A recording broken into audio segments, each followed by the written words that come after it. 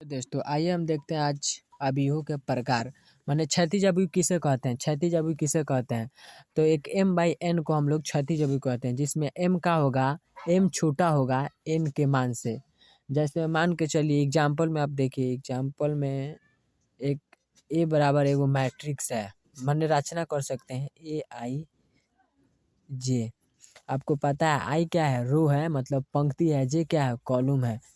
तो मान के चलिए हम लोग एक रचना किए 2/4 का, जिसमें क्या होगा आपको मान के हम मान लीजिए आप, मतलब मान सकते हैं रचना किए हैं।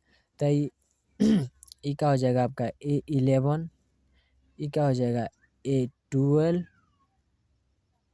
A13 हो जाएगा और A14 हो जाएगा और ये आपका हो जाएगा A21, ये हो जाएगा A22, ये हो जाएगा A23,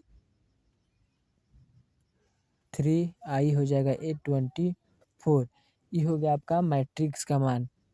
मैट्रिक्स जो एलिमेंट है ये कितना बाई कितने का है, तो ये 2/4 का है। जो आप देख सकते हैं जो n का मान है वो क्या है जो m का मान है वो n के मान से छोटा है, जो 2/4 का है। इसे हम कहते हैं क्षैतिज अवयव। अब इसके बाद हम देखेंगे उदग्र अवयव। उदग्र अवयव,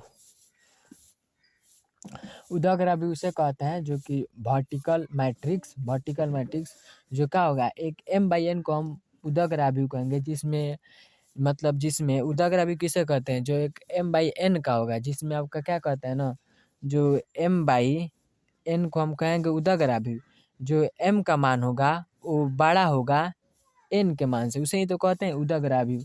जैसे मैं आप मान लीजिए एग्जाम्पल में देख लीजिए, एग्जाम्पल में कि हम रचना किए a बराबर कोई मैट्रिक्स है Aij, जो कि कितने का 4/2 का है।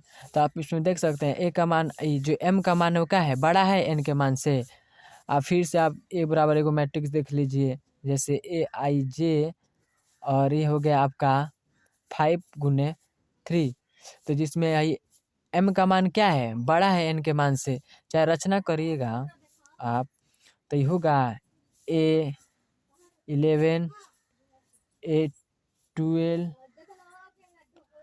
A13 और फिर A21, A22, A23, A31, A32, A33, A41, A42, A43 और A51, A52, A53। तो आप देख सकते हैं ये